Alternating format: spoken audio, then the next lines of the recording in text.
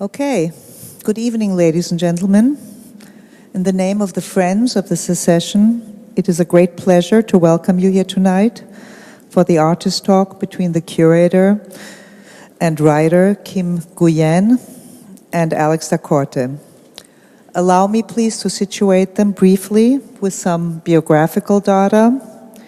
Kim Nguyen is based in San Francisco, where she's curator and head of programs at the renowned Waters Institute. She was formerly director and curator of ArtSpeak, an artist-run institution in Vancouver. She has exhibited and written about artists such as Valerie Blass, Abigail DeVille, Aaron Flint Jameson, Dan Howe, and obviously Alex da Corte. She is currently completing her first collection of writings, and we are looking forward to seeing it. Alex da Corte lives and works in Philadelphia. His recent solo exhibitions were at the Herning Museum of Contemporary Art in Denmark. One of the catalog texts, as mentioned, was by Kim. At Mass MoCA in Massachusetts, at the Hammer Museum in Los Angeles, at the Boymans from Boymingen Museum in Rotterdam, and at the ICA in Philadelphia. His work is represented by many galleries. I'm mentioning just a few. Giro Marconi in Milano, David Risley in Copenhagen, and Macarona Gallery in New York. Dear Alex, you have so very generously created this entirely new body of work for the Vienna Secession. We are honored by your incredible commitment to the show. The exhibition is accompanied by an artist book, which comprises 2 volumes. One contains a conversation between the artist and the writer and critic Bruce Henley. As coincidence has it, Bruce Henley was here exactly 1 year ago in conversation with Vincent Fecteau. The second part of the catalog is produced in collaboration with the curator and writer Bob Nickus. You can purchase both of them in our gift store. After this conversation, you will also have the opportunity to see da Corte's new film titled Slow Graffiti in this wonderful cinema installation. It is a shot-for-shot remake of the film The Perfect Human by the Danish filmmaker Jørgen Leth. The film features the artist himself, Alex da Corte. He's masked as Boris Karloff, Frankenstein's monster. The text in the film is by Sam McInnes, and the musical score is by Devonte Hines. I would like to invite everybody here to the opening of both exhibitions, Slow Graffiti by Alex da Corte, and to Erika Beckmann's exhibition titled Game Mechanics in the Gallery Space and the Graphical Cabinet as of 7 p.m. I would also like to announce the curatorial tour with Erika Beckmann and Annette Südbeck, which will take place tomorrow at 5 p.m. And I wish you all an enjoyable evening. Thank you.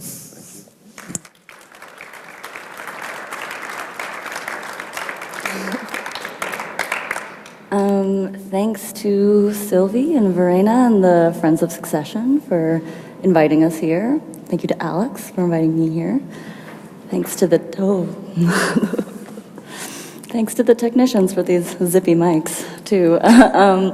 So Alex and I are going to kind of work through a pile of questions and keywords that I put together. As opposed to maybe talking specifically about this particular exhibition, we thought it was an opportunity to maybe just provide a bit more context to Alex's thinking, as well as maybe previous projects and work that he had done. So we're going to start with Alex, picking something from the pile. Here goes.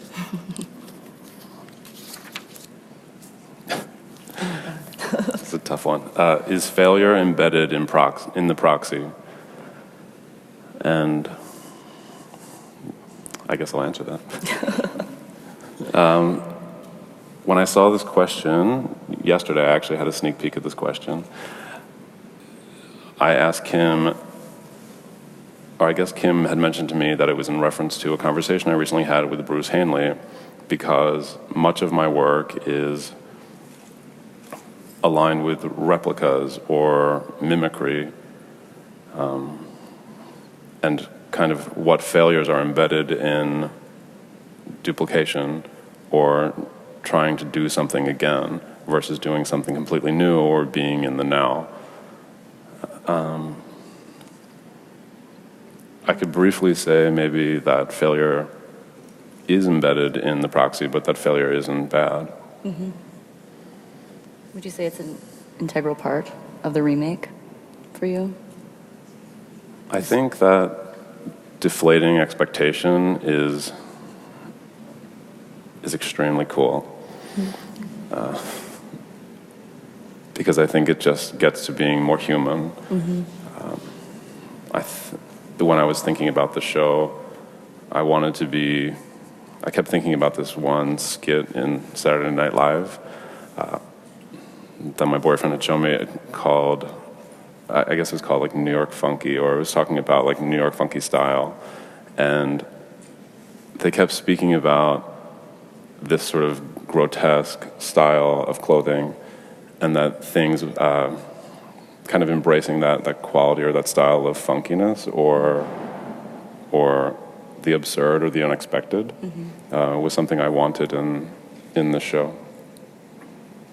And that's bound to serve failure because that style is hard to take. Yeah. Good. Emily?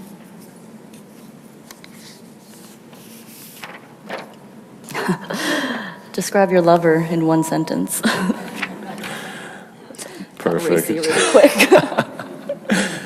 He's the perfect human. Oh, that's good.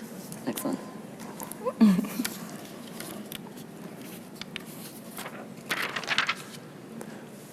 Whom do you suspect of being devious?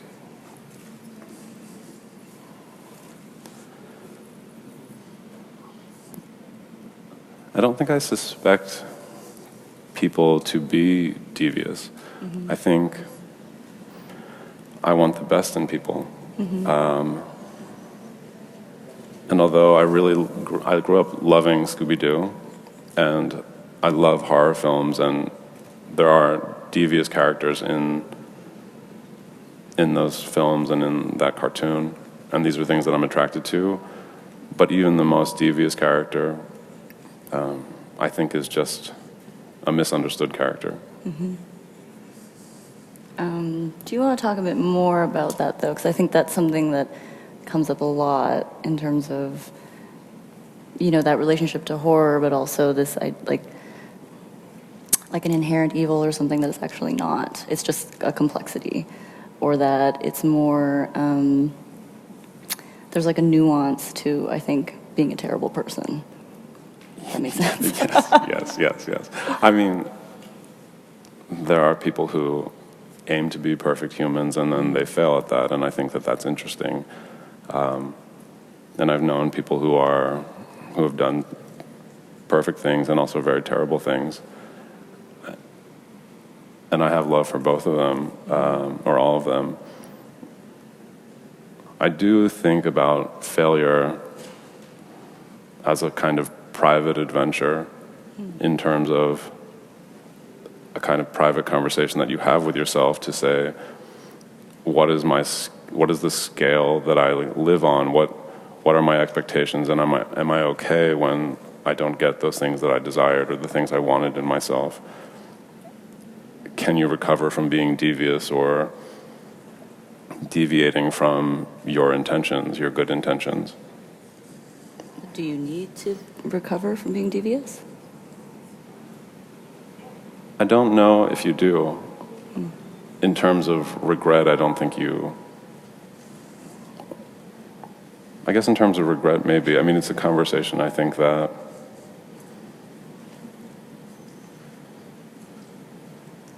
failure is something that, like, can keep people up at night.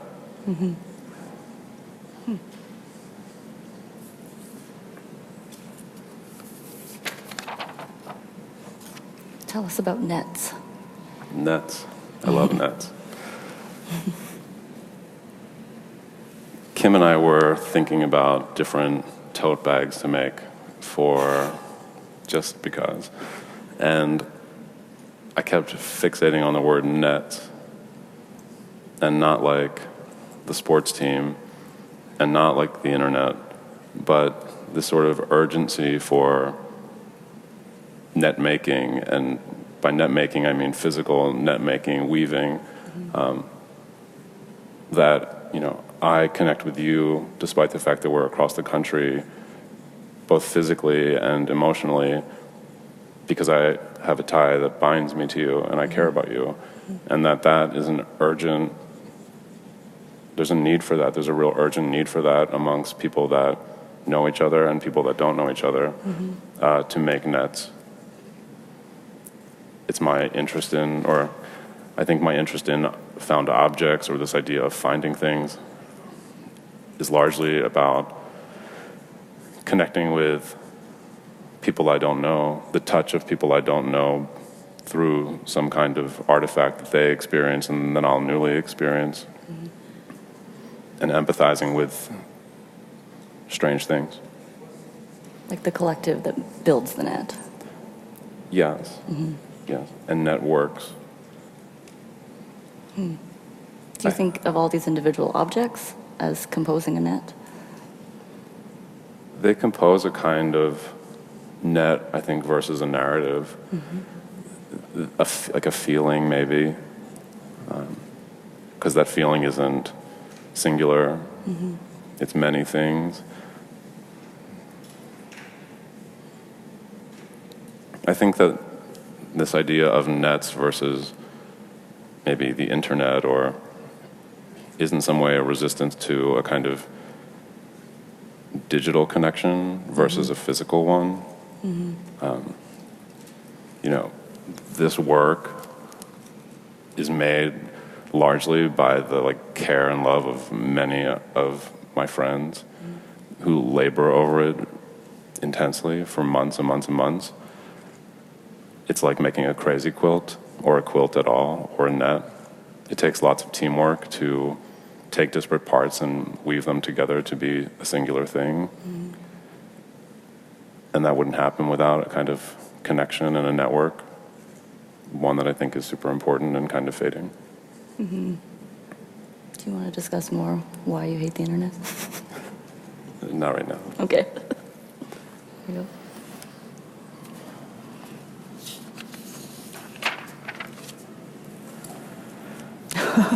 If you could throw a parade of any caliber through this space, what type of parade would it be? Is this the parade? This is already a parade. I think this is already the parade, yeah.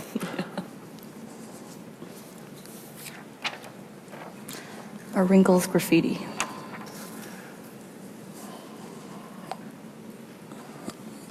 Well, I think the name Slow Graffiti, which is taken from a Belle and Sebastian song,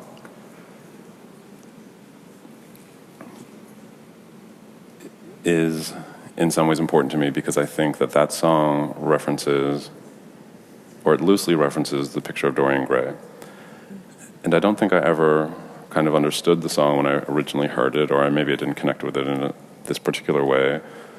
But I have been thinking about how this slow graffiti is just a passage of time, and that graffiti is a thing that happens, say, in the night on the facade of a building.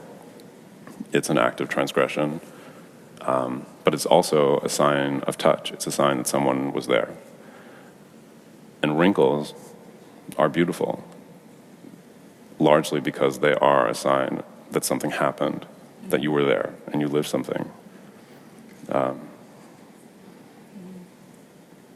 They also externally are viewed as a transgression in a similar way as graffiti. Like, the person that does the graffiti is not necessarily, it's like a transgressive move, but at the same time is like couched within, an artistic kind of way of being. And but externally it's like, same thing with the wrinkles, where it's like, this is a bad look, But I think there's also a lot about your work that's about wrinkles and exposing wrinkles and imperfection, which maybe goes back to the internet and digital things again, but that your interface is wrinkled. Yeah, I think that the thing about maybe why I even started with wrinkles or the name slow graffiti was, again, circling back to this thing about networks, to make physical or to be in the present or to kind of pull away a facade, or create a new facade to expose another. You kind of wear a mask to understand what it's like to wear the mask and empathize with that and then be more present. Mm-hmm.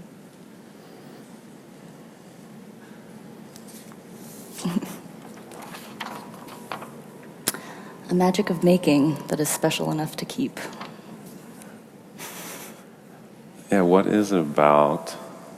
Why do people give away things? There's a lot of good stuff in the world, I think. As opposed to asking why people keep things? Yeah. Yeah, what is a keepsake?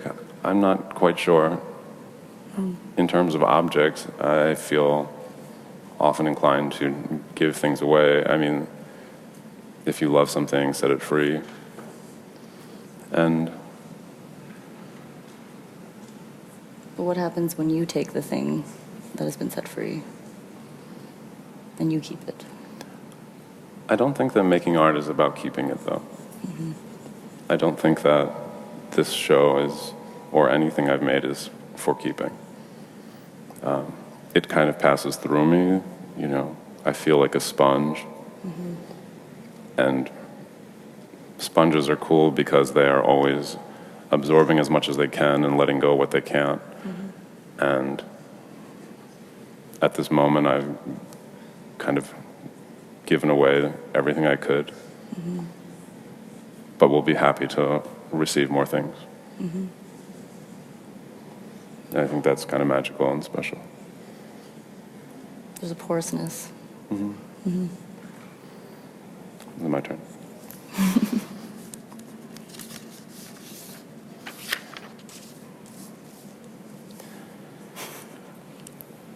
Neutrals collected bones or journeyed behind on foot, shouting at invisible doors to open. Neutrals collected bones or journeyed behind on foot, shouting at invisible doors to open. Susan Howe, excerpt from Chanting at the Crystal Sea, 1974 to 1979.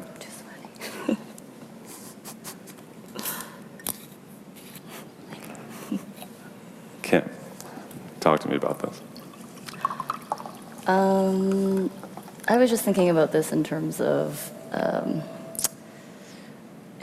like visible doors, but also like the idea about the stage, about porousness again, but also about access and vulnerability, perhaps. I think there's a lot of the more that is known about you, the more you understand how much is being revealed all the time in the things that you make. I think this particular exhibition, there's a lot of exposure. But there's also this idea about the invisible door for, like, I think you've talked to this about in terms of like access, in terms of materially, in terms of like how people approach these objects and materials, because they're so deeply rooted in you. But there's also this remove, I think, that happens for people when they come into it. I mean, I think that you can't skip ahead. Mm-hmm. So when I read Neutrals Collected Bones, I think when you experience the show, say, it might feel opaque, it might feel alienating, it might feel like, well, what is this stuff, and what's this about, this thing about aboutness? But I'm not interested, I don't think, in explaining what it's about, because I also don't know what it's about. Mm-hmm. And it's not to say that there is no direction, but there's also no destination. Do you consider the objects to be neutral once you kind of release them in this kind of context? Or your aim is to make them neutral? I think you've talked about, like, removing taste. Mm-hmm. Well, back to, like, that New York funky style, I think that style, or sort of this kind of amalgamation of everything, leaves you tasteless or bad taste or no taste, maybe, because there's so much. There's been a sandwich that has so many layers becomes a sandwich that has no taste because it has all the taste. Or eating like a big bag of jelly beans maybe at the same time. Is there just good taste and taste, or is there just taste and bad taste? Does that make sense? Mm-hmm. Well, there's definitely taste. Mm-hmm. Speaking about your mouth. But I don't think that there is such a thing as bad taste or good taste, because that's just lies sort of on the shoulders of the person who's perceiving it or tasting or picking.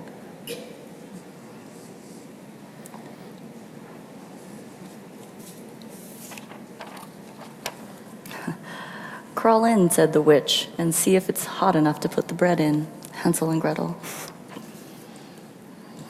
This is the oven. Yeah. And I'm the witch. Big time. And then that's that.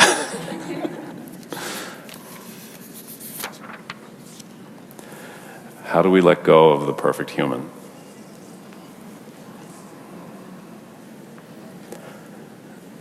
I was thinking about that film by Jorn Lett and how much I love it. I remember seeing it when I was first in college. And I thought, wow, how cool, this is so sexy. And it was made in 1967, and I remember it humanized my parents, because they were both graduating high school then, and I thought, oh, that's what they were like, and that's what they did. And it is a fetish for a lot of people. It's classic, it's classy, it's so simple and also so complicated. And many years later, and say in the past year, when I was reading this interview with Boris Karloff, speaking about Frankenstein's monster and the character that he played, he was doing an interview in 1963, and he said that, I'm paraphrasing this, but he said, the monster turned out to be the best friend I had ever had. And I thought, what is this thing about best, to be a best friend, or to be the perfect human, or favorite? And I thought it was kind of lonely and a little bit sad that this person that he idealized or thought was the best friend he had ever had in his long life was a strange version of himself in makeup appearing on screen that he had no access to when he was himself, because he couldn't be both things at the same time unless through a screen.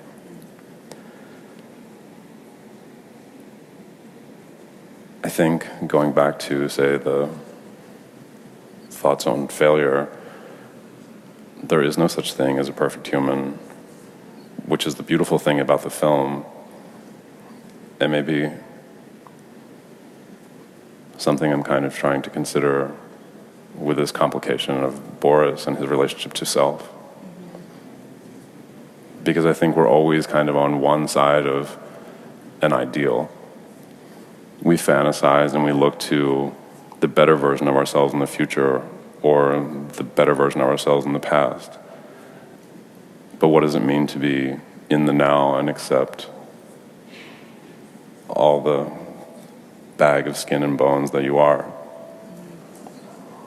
But to also acknowledge that the best friend he ever had was also within a particular time frame of his existence. He wasn't the monster his entire life, was he? No. Well, he was, because he became an icon. He became a beloved character. Right. In the interview, he says, 30 years later, you're still asking me about that fucking monster. How about it? It's a best friend and an enemy.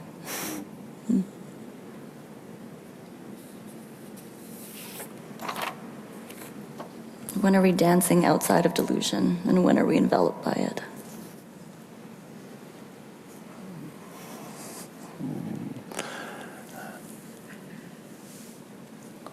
I think most days I'm dancing with delusion, and I think most people are. It takes a little bit of that, I think, to run after our expectations of ourselves and what the day has to offer. It's like a survival tactic. I think so. I think delusion has a bad rap. I think you have to be delusional to be in the field that we work in. I think as well. I bought a lot of carpet for the show, and that's a silly idea on paper, but it feels good. Yeah, it's true.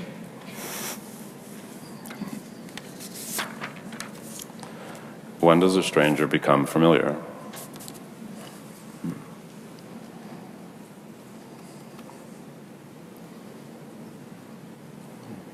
I don't know, you tell me.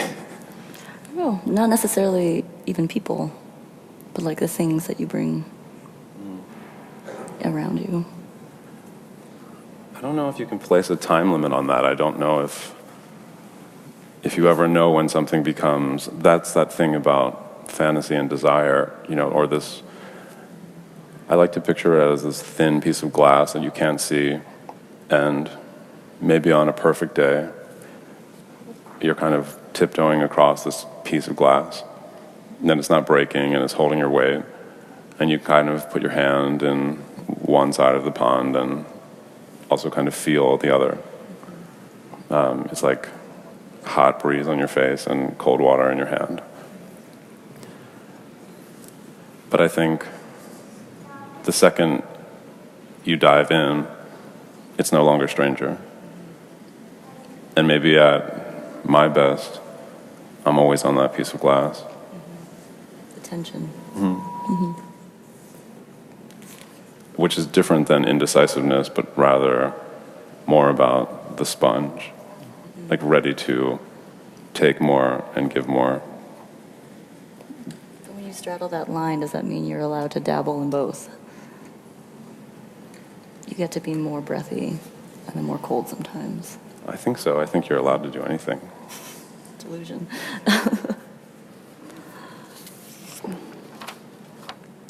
How do you inhabit your house? Well, I haven't really been there much in the last year, but I think it's also why I make houses. This is my house. Thanks for coming, everybody.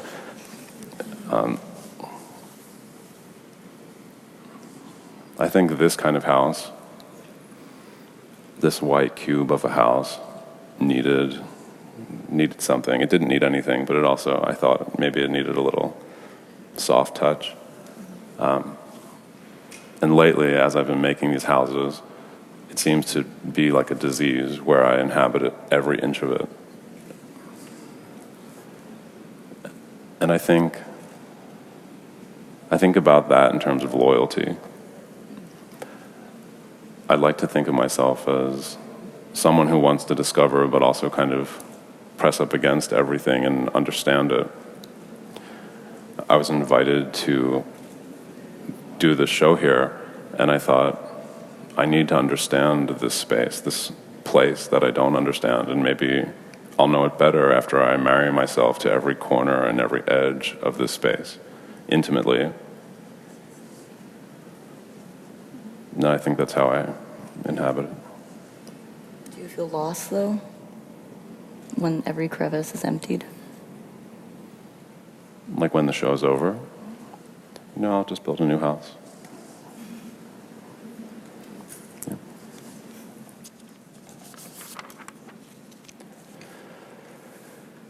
Who is the man you picture when you see yourself walking around the world inside your head? Sorry, that's a weird one. Immediately I thought of Kermit the Frog, but really tall. I think I'll just stick with that. Yeah. It's accurate. Oh, I don't like that one. I don't think that's interesting. Sculpture. Sculpture. The insidiousness of the stage. Oh, that one's heavy. The insidiousness of the stage. I personally like to be backstage. Something like this is completely painful for me. I mean, if I was not an artist, I definitely wouldn't be an actor.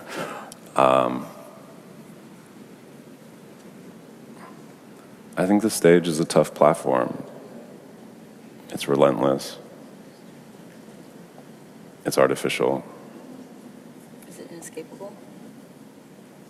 I think it's inescapable to a point, maybe. Or it has become harder to dodge. I think our phones are platforms that are cameras, that call you to perform on a stage. And I think maybe the stage itself is benign, but there's something aggressive about the insistence that the stage must be present at all times. And there are multiple stages that layer on top of each other. There are multiple stages, yes. I think so. Based on where you are or what you ate for breakfast, for sure. And what sorts of things do you do to actively step backstage? You wear masks. You wear costumes. Do you want to talk more about unmasking? Not right now. I think this is my unmasking. Yeah. So we'll leave it at that. Okay.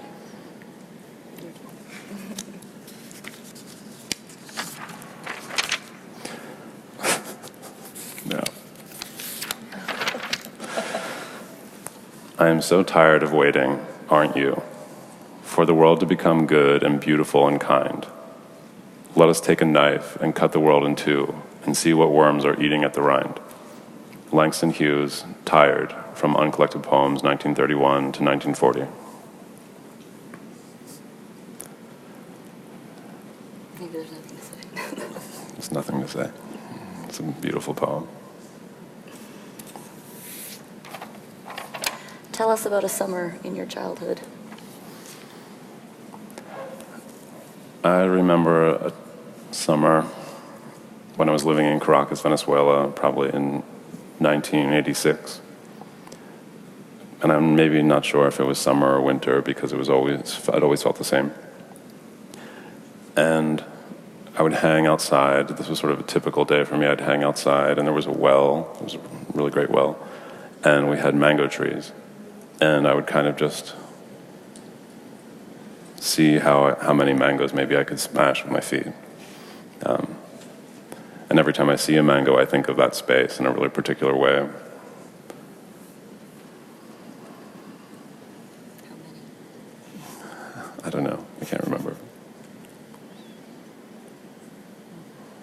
Yeah. Yeah. Soft power. You're damn right. Soft power. This show is slow graffiti, but it's also soft power. I think everything in the show, including all of you, are kind of soft.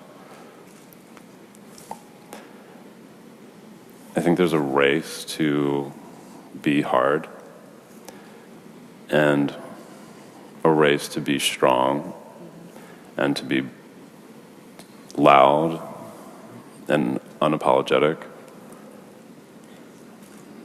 And I think soft power is embarrassment and vulnerability. It's humility. I think it's laying down, but not falling down.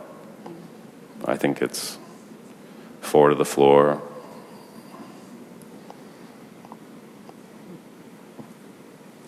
I think it's twilight.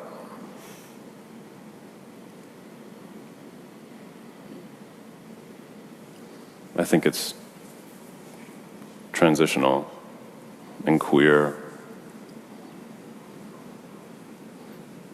It's indecisive and it's long-winded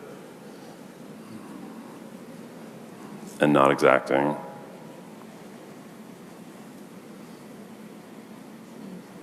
I want to see more soft power, I think.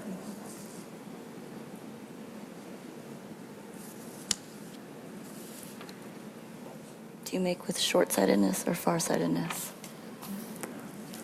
I can't see anything without my glasses. Like, how bad are we talking? Well, I can't see anyone. I can't see anyone's faces. I can see shapes. Soft. Soft shapes. Little blobs. I don't work with my glasses on because I don't like thinking about the specifics of an object. It's easier to think about color when I just see forms. It gives me a kind of freedom from association, you know, freedom to sort of smash things together and discover a bit. Does it fall more firmly into fantasy then? Say again? Does it fall more into fantasy then when it's like you can't see? Or there's a lack of specificity? I think so. I think that there is delusion in that, for sure. There's an embrace of disappointment or rejection, because if you get up close and see it crystal clear, it might not be the thing that you wanted it to be, but that's also cool. I wear my glasses when I drive. It's fine. It's not true. I've been in the car with you. At night. Yeah. That's it. I'm going to read this poem on top of this paper because it's really great. It's about masks. It was written by Shel Silverstein. She had blue skin, and so did he. He kept it hid, and so did she. They searched for blue their whole life through, then passed right by and never knew. After you. Life story. Life story.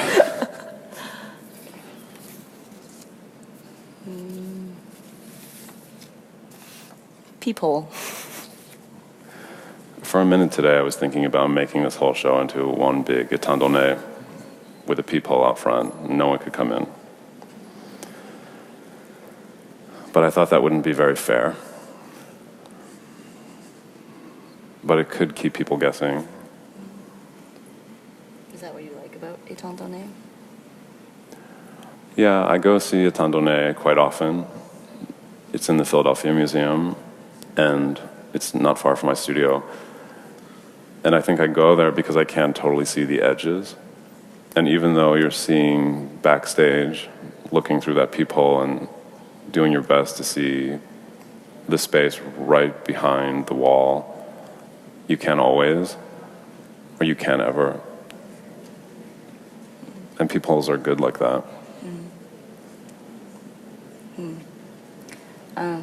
It makes me think about what you've said in the past about edges and not being able to see everything all at once and the importance of that. Yeah, I think that, say for phones or this interface that is flat, we play for the camera. Our stage is towards the camera.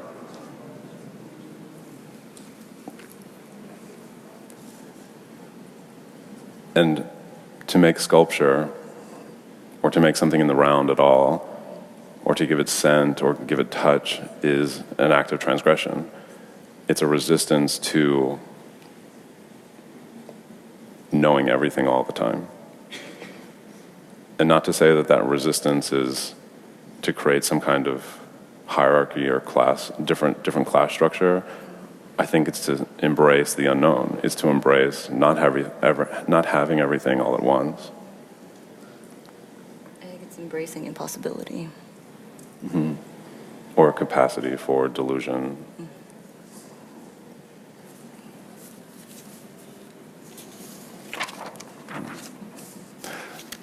Tell us something that is true. I don't know if I can do that. Oh, there's one here. What have men done to the world, really? I mean, they did it second, that's for sure. Yeah. I'll leave it at that.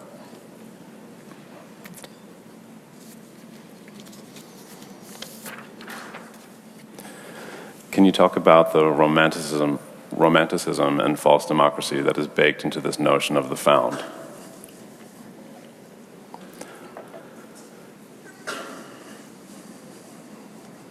I was thinking about this earlier today because there is no free object, or found object seems exotic and cool and is given a pass. But I also think that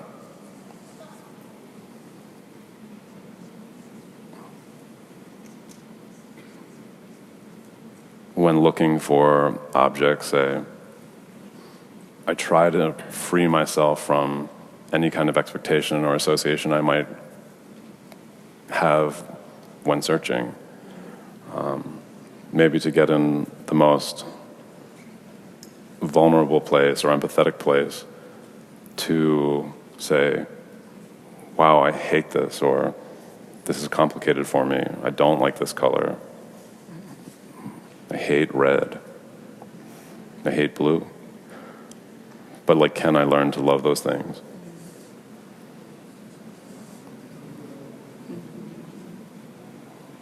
What is the desire, though, to love something that...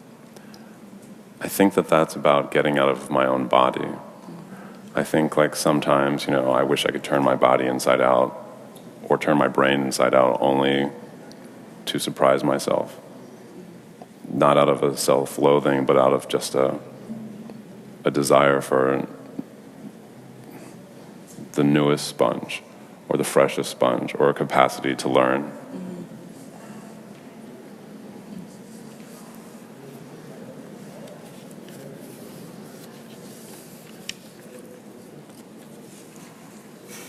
Good transition. Do you find your own bones to be cumbersome? Do you find your own bones to be cumbersome? Yes, I do. Feel yourself out. Yeah, I think I just answered that, but yes, I do. I think that bodies are complicated sometimes.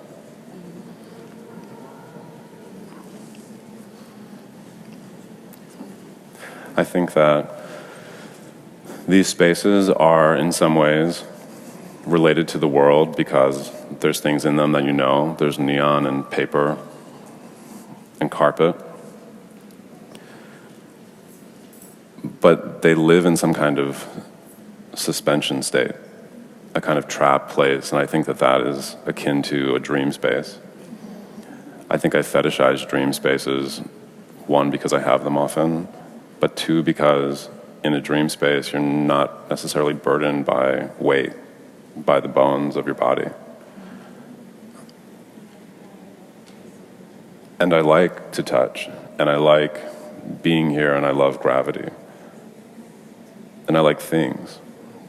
But I also think it's good to keep yourself on your toes and resist that kind of comfort state. How does your work operate like slang? In that kind of slipperiness? My work is a remix. I've created a language that I understand or think I understand and flip it on its head and reverse it. Is that a Missy Elliott lyric? That was accidental. Great song. I'll leave it at that.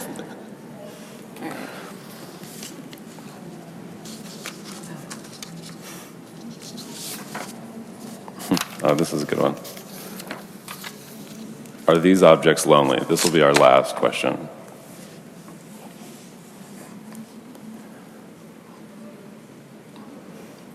And I don't know. But you don't anthropomorphize them. No. Yeah. I don't want them to have faces. I don't want them to have friends, per se. And they're not necessarily inhabiting you or vice versa. You don't think? When I first started making this work with these assemblages, I made this series of videos based on Rimbaud's A Season in Hell. And these videos depicted a man doing some kind of alchemical exchanges with objects. And I imagine that he was, although he was dressed in American apparel, he was from a not-so-distant, clean future, or some sort of idealized future.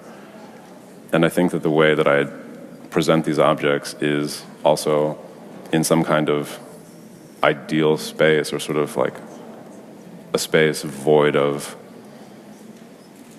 reference, or open to new reference, kind of mute objects. I don't think that they're lonely. I think that they're actually the opposite. They're completely like free to be what you want them to be. That's true. A lot of letting go and freedom. Great. Thank you very much. Thank you.